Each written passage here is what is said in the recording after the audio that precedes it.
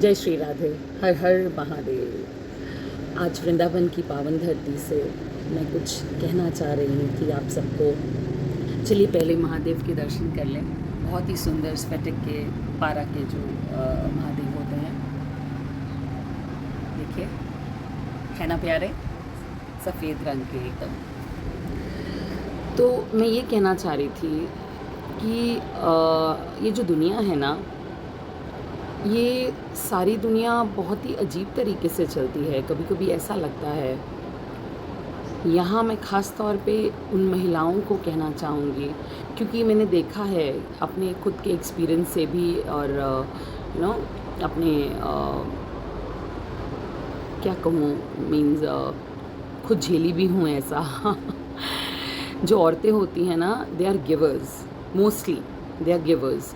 Givers means like they give more of love, care, है ना, बहुत प्यार देती हैं, केयर करती हैं सबकी। और जो प्यार केयर होता है, जब हम लोग परिवार में होते हैं तो हम ये सोचते हैं कि ये तो हमारा मतलब रिस्पॉन्सिबिलिटी में आता है। नहीं, ये ऊर्जा है, ठीक है, ये एनर्जी है, ये ऊर्जा है।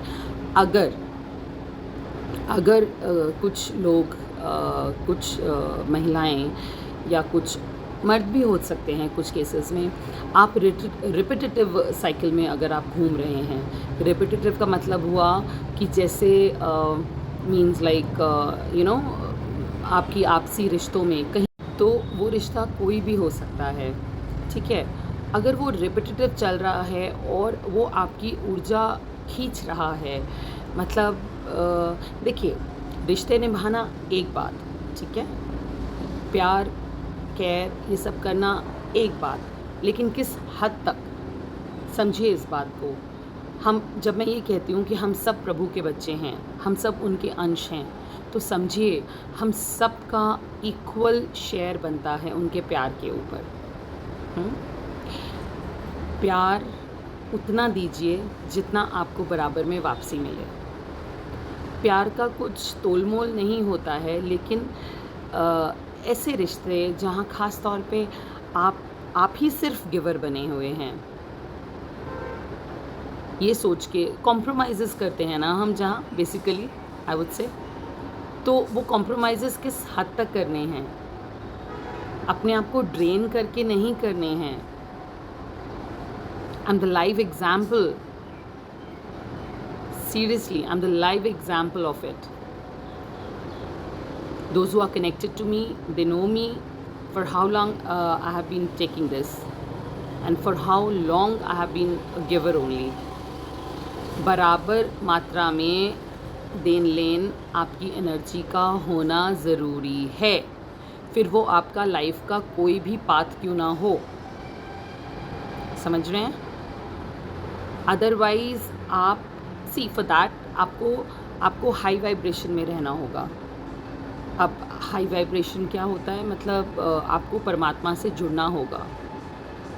आप जहाँ पर आपकी एनर्जी ड्रेन होने लगे, जहाँ पर आपको कुछ रिश्ते नाते ऐसा महसूस कराने लगे कि you are good for nothing, and internally you know that you are very good, internally you know that आपने कोई कसर नहीं रखी उस रिश्ते को निभाने के लिए।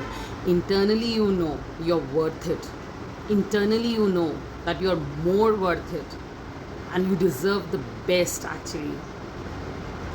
मेरे प्रभु की बनाई हुई इस दुनिया में किसी के लिए भी कुछ भी कमी नहीं है, कुछ भी कमी नहीं है।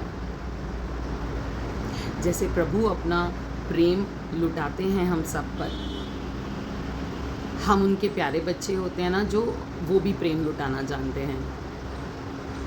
लेकिन जैसे प्रभु दंड करते देते हैं ना, जो लोग अपनी एनर्जी का गलत यूज़ करते हैं, उनको दंड देते हैं, तो हमें भी वो करना है, लेकिन हमें खुद से नहीं करके सिर्फ प्रभु को ही कहना है कि समर्पित होना है। बेसिकली हर मर्ज़ की एक ही दवा है, सच में हर मर्ज़ की एक ही दवा है, प्रभु को समर्पित होना। देखिएगा एक समय ऐसा आता है फिर कि वो खुद आपके अंदर क्षमता भरते हैं, वो खुद आपको कहते हैं कि खड़े हो, क्योंकि कर्म तो वो हमसे ही करवाएंगे। आप कुछ भी कह लीजिए, कर्म तो हम ही ने करने हैं, हमारी किस्मत के ताले खुलेंगे। और एक बात ज़रूरी फिर से मैं यहाँ फीमेल्स को ही कहना चाहूँगी, क्योंकि पता नहीं क्यों शुरू से बहुत बहुत सालों से, जब से मैंने मतलब ये महसूस किया, पता है जब मुझे कुछ नहीं भी पता था अपने बारे में, बस मैं ये कहती थी कि don't follow like you know the change. I mean भीड़ को नहीं फॉलो करना चाहिए, वो तो मैं शुरू से मानती हूँ और आज भी मैं उस चीज़ पे बहुत ही स्ट्रांगली बिलीव करती हूँ। जहाँ दुनिया भीड़ में जा रही है, ज़रूरी नहीं है कि वहाँ चीज़ें सही और सच्ची होंगी। मान के चलिए 90% चीज़ें वहाँ गलत ही मिलेंगी। सही का, सच्चाई का रास्ता बहुत ही चुनिंदा लोग होते हैं जो चुनते हैं। उतनी क्षमता लानी है हमें हमारे अंदर, उतनी स्ट्रेंथ लानी है, उतना स्ट्रॉन्ग बनना है, उतना अपने भगवान का प्यारा बच्चा बनना है कि मैं गलत का साथ नहीं दूंगा। Coming back to females, what I was saying, देखिए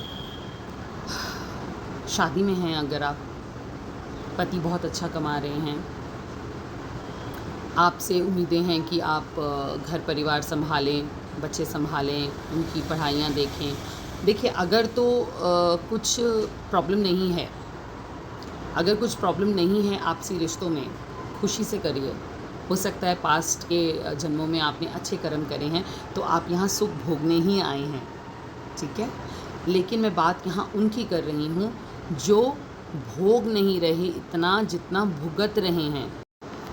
तो जो भुगत रही हैं यहाँ पर, मैं उन महिलाओं से बात कर रही हूँ। हर दूसरे घर में, भारत में हर दूसरे घर में ऐसी महिला मिलेगी जो प्रताड़ित है, किसी ना किसी तरीके से प्रताड़ित है। ज़रूरी नहीं होता घरेलू हिंसा हाथ उठाकर ही की जाती है, कैंची की तरह, कूड़ेदान की तरह ज़बान चला के भी की जाती है। मानेंगे ये बात? हाथ खड़ा करके अगर मैं भी पूछती तो मुझे पता है सामने बहुत सारे महिलाओं के हाथ खड़े होते, लेकिन हमें इंडियन सोसाइटी में ऐसा हमारे दिमाग में घोटा पिला दिया जाता है कि ये तो चलता ही है, ये तो सहना ही है। अरे क्यों सहना है भाई, क्यों सहना है?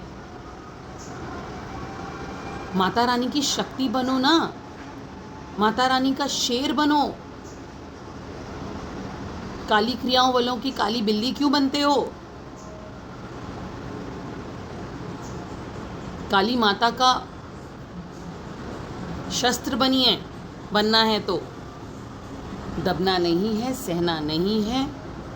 और ख़ास तौर पे अगर आपके बच्चे हैं और बच्चों के सामने आपको जलील किया जा रहा है और आपको लगता है कि मैंने तो इतने वर्षों से कुछ कामकाज करिए, सिर्फ बेशक, मैं कहती हूँ बेशक 5-10 हज़ार की नौकरी ही कीजिए, पर कीजिए, अपना आत्मबल लाइए, अपना आत्मविश्वास लौटाइए खुद को। मैं कहाँ से ये शक्ति लाती हूँ पता है? मेरी राधा रानी से, मेरे कृष्ण से।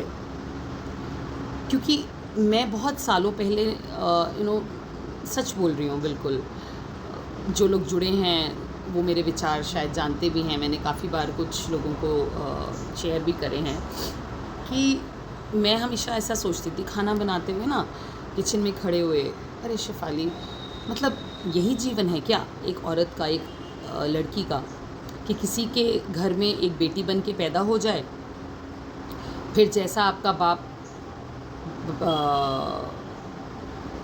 भाई, your father, brother, whosoever, especially the male authority in the house, they feel like they treat you, वो चलाते हैं आपको। हमारे घरों में तो लड़कियां ऐसी, हमारे घरों में तो लड़कियां वैसी, फलाना ढिमकाना, एंड आपके 25-30 साल ऐसे ही निकल जाते हैं। फिर आप सोचते हैं कि मैं भी ऐसा सोचती थी कि नहीं, एक कभी तो मेरे को एक लविंग केयरिंग हस्बैंड मिलेगा, मेरी आगे लाइफ सुधरेगी। खाक खाक नहीं होता, खुद खड़ा होना पड़ता है अपने पैरों पर। तो मैं रसोई में खड़े हुए खाना बनाती थी तो मैं कहती थी यही ज़िंदगी है क्या? फिर शादी करो, फिर बच्चे पैदा करके दो, ख़ानदान भी इन्हीं का चलाओ। बच्चे तो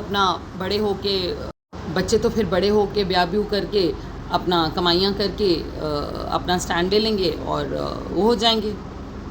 तो फिर क्या मतलब, पहले बच्चे पैदा करो शादियाँ करके, उन बच्चों को पढ़ाओ लिखाओ, बड़ा करो, देखभाल करो, है ना, उनकी भी सुनो, घर वालों की तो सुनो ही सुनो। फिर उसके बाद उनकी शादियाँ होंगी, उनके बच्चे पालो। कभी सोचती हो क्या इस तरीके से? ये जो भी आप सुन रही हो मुझे, फिर उसके बाद आपका शरीर चलना, काम करना बंद कर देगा, कम कर देगा। कभी यहाँ दर्द, कभी वहाँ दर्द, अब मेरे घुटने साथ नहीं दे रहे, अब मैं कहाँ जाऊँ तो कहाँ जाऊँ। धामों पे जाना चाहते हैं लेकिन कैसे जाऊँ? मेरे पति को तो वहाँ जाने का शौक़ ही नहीं है, टाइम ही नहीं है, बच्चे अपने पढ़ाई में बिज़ी हैं, फिर उनके ब्याह हो जाएंगे, वो अपने बाल बच्चों में राज़ी खुशी हो जाएंगे। आप कब जाओगी धामों पर? आप कब जाओगी? क्यों निर्धारित रहती हो? बताइए। आपका जीवन क्या ऐसे ही सेक्रीफाइस करने के लिए है क्या? फिर एक दिन खड़े खड़े गुजर जाएंगे ऐसे, आपको जाके फूंक आएंगे ये, अरे मेरी माँ चली गई, मेरी पत्नी चली गई, बहुत अच्छी थी, बहुत प्यार करती थी। बस प्यार मिला वापसी, सम्मान मिला वापसी, कुछ मिला? कुछ लेके जा रहे हैं इस संसार से क्या आप? यादें दे के जा रहे हैं, खुद क्या लेके जा रहे हैं? ज़िल्लत, रसोई की यादें, झाड़ू पोछों की यादें, बर्तन मांजने की यादें। Sorry, I am being very rude. मैं तो वही बोलूँगी जो मैंने खुद से एक्सपीरियंस किया है, और या जो मेरे भाव हैं। झूठ और मलाई मक्खन चुपटी बातें मुझे तो आती नहीं हैं, कभी भी नहीं आई हैं। अपने बच्चों की नज़र में एक रानी बनिए, किसी एम्परर की महारानी नहीं, रानी लक्ष्मीबाई जैसी रानी बनिए, जिन्होंने अपने बच्चे को अपनी पीठ पे लाद के, घोड़े पे चढ़ के और शत्रुओं को धूल चटाई। ऐसी रानी बनिए। महारानी नहीं बनना है, रानी बनना है, ताकि आप जब जाएं इस संसार से, आपके बच्चे कहें। और आपके बच्चों की ग्रोथ के लिए भी ये ज़रूरी है, लड़का हो या लड़की हो। झूठे रिश्ते नातों की शान में मत पड़े रहिए, कुछ नहीं रखा है यहाँ दुनिया में। आपको आपके बहुत हेटर्स होते हैं। मैं भी कभी ये चीज़ें समझ नहीं पाई कि मैं तो इतना प्यार देने वाली इंसान हूँ, मुझे प्यार करने वाले लोग कम और मुझसे जलन करने वाले लोग ज़्यादा रहे हैं आज तक।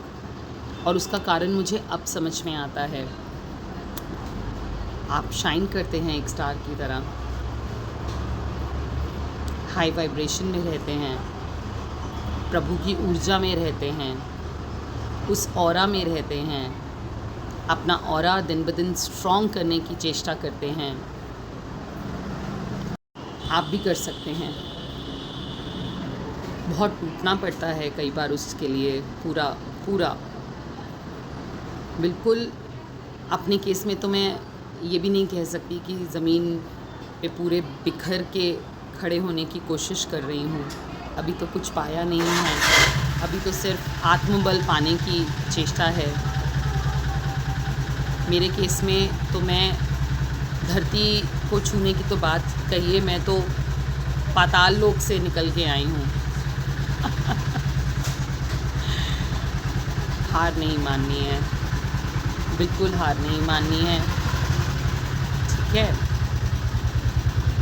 कुछ हो अगर यहाँ लोग females specially, I would come back to them only. Please आप कमेंट बॉक्स में या पर्सनली कोई कुछ लोग हैं जो जुड़े हुए हैं, अगर आपको मेरी बातें समझ में आ रही हैं, I am fully totally there to guide you कि किस तरीके से हाई वाइब्रेशंस में आना है, किस तरह से परमात्मा से जुड़ने की कोशिश करनी है। सारे सवालों के जवाब मिल जाएंगे। सारे लोग जो आपसे जलते हैं, आप पे काली क्रियाएं भी कर जाते हैं, आई मीन लोग दूसरों का घर खराब करते हैं, चलिए जाने दीजिए। लेकिन मैं सिर्फ इतना कहूँगी, हाई वाइब्रेशन में आएँ, अपना ऑरा स्ट्रॉन्ग रखें, ठीक है। मंत्र जाप करते रहें, सुबह शाम दीपक ज़रूर जलाएं, घर में हफ्ते में 2-3 बार घर में लोबान का जो होता है ना वो ज़रूर करें, धुआं 2 लौंग और कपूर डाल के, वो कप्स जो आते हैं मैंने पहले भी कहा है, तो वो ज़रूर करें। और अपनी और अपने बच्चों की नज़र उतारते रहें, काम करता है ये, आपको पता ही नहीं चलता है। पता है कितने लोग हमारे इर्द गिर्द हमारे मित्र बन के हमें छलते हैं, और सिर्फ ये बाहर के लोगों पे ही लागू नहीं होता, आपके परिवारों में भी लागू होता है, आपके आसपास बहुत पास में भी लागू होता है। They will show you as they are your well wishers, but अंदर से they are jealous of you. Follow भी आपको करेंगे, आपकी बातों को तवज्जो आपके सामने नहीं देंगे, उनको पता होगा कि आप सही हो, फिर भी आपको पुल डाउन करेंगे, फिर भी आपको लेट डाउन करेंगे। पता कैसे लोग होते हैं वो ऐसे लो वाइब्रेशन वाले लोग होते हैं जो कि खुद अपनी ऊर्जा उठा नहीं पाते हैं या उठाना चाहते नहीं हैं। जागरूकता नहीं है ना उनके अंदर, आएगी कैसे? शराब सिगरेटें ये सब पिएंगे, जागरूकता कैसे आएगी? सच्चे भाव से भगवान के साथ कैसे जुड़ेंगे, मुझे बताइए। तो फिर वो क्या करते हैं, फिर वो आपको नीचे खींचते हैं ताकि आप उनके लेवल पे नीचे आ जाएं और उनके साथ राज़ी खुशी सांसारिक चीज़ों में इन्वॉल्व रहें। नहीं करना है ऐसे हमें। कोई ऐसी शारीरिक ज़रूरतें भी नहीं हैं।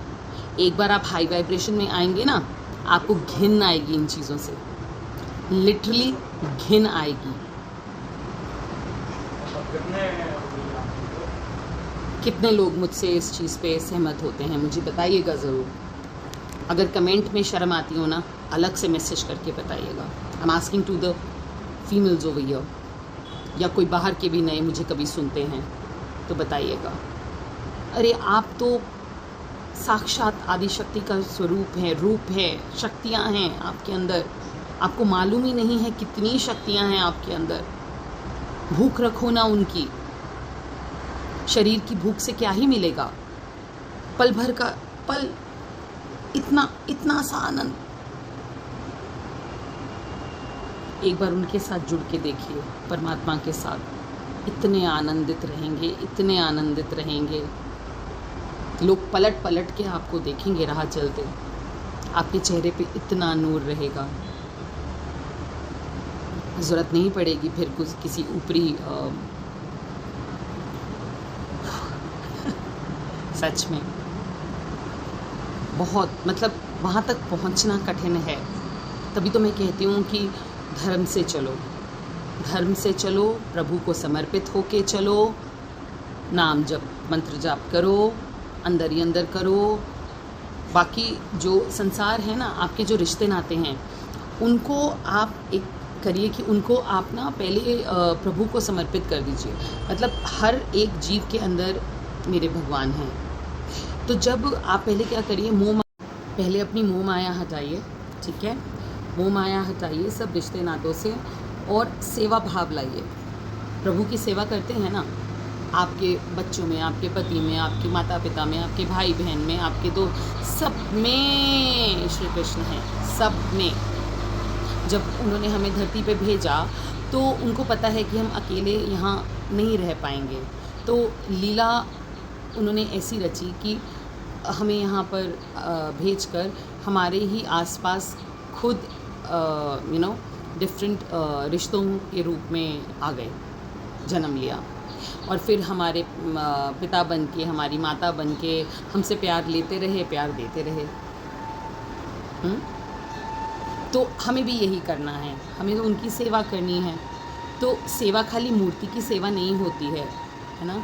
तो आप पहले उन सब रिश्ते नातों से अपना मोह माया बंधन वो हटाएं वो, और ये सोचें कि इन सब में मेरे प्रभु बसते हैं। फिर अपनी ड्यूटी समझ के उनकी सेवा करिए। फिर जब आप ड्यूटी समझ के सेवा करेंगे ना, तो आपकी मोह माया अपने आप कम हो जाएगी। जब तक आपकी वो जान बसती है ना, तोते के अंदर वाली कहानी है ना, स्टोरी है, तो बस वो जान छोड़नी है, पहले अपनी जान बसानी है तो उन्हीं में बसाइए, संसार के रिश्ते नातों में नहीं बसानी है। ठीक है, चलो सी यू देन। अभी मैं वृंदावन से निकलने वाली हूँ। ठीक है, बैक टू गुड़गांव। चलिए, राधे राधे, हर हर महादेव। टेक केयर, ध्यान रखिए, खुश रहिए। ठीक है, और अपने प्यारों का भी ध्यान रखिए।